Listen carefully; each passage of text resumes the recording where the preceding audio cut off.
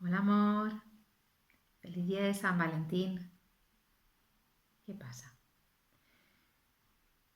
¿Qué? No, hombre, no. ¿No? ¿Cómo quieres? No, hombre, no. ¿Cómo quieres que me haya hecho una cuenta del Tinder? Que no. Que no, hombre, que yo contigo tengo suficiente. Además, ¿tú te piensas que si yo quisiera ligar, me iba a hacer una cuenta en el Tinder, que sé que Jordi está en el Tinder para que me viera? No, hombre, no. Ay, no sé. Pues no sé, yo no sé, tengo fotos en Instagram. Igual a alguien se le ha ocurrido coger mis fotos de Instagram, hacerse capturas de pantalla y colgarlas en el Tinder. Pues no sé, yo qué sé, una chica feilla que me ha visto a mí como soy normalita tirando a guapa, pues ha dicho, pues mira, con esta ligo más. Que no, que sí, que no he puesto ni una cuenta en el Tinder, que no quiero ligar con nadie.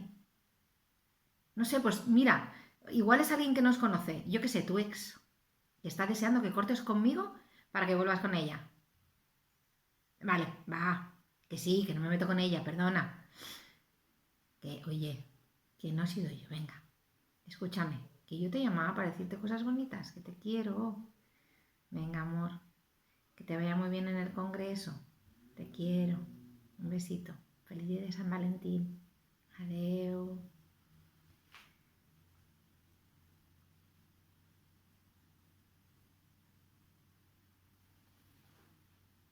Hey, Vicky, ¿qué tal? Bien, aquí en casa. Mm, ¿Te parece que quedemos un ratito? No, no. No estoy con Audal. Ella es mes de San Jordi, ya lo sabes.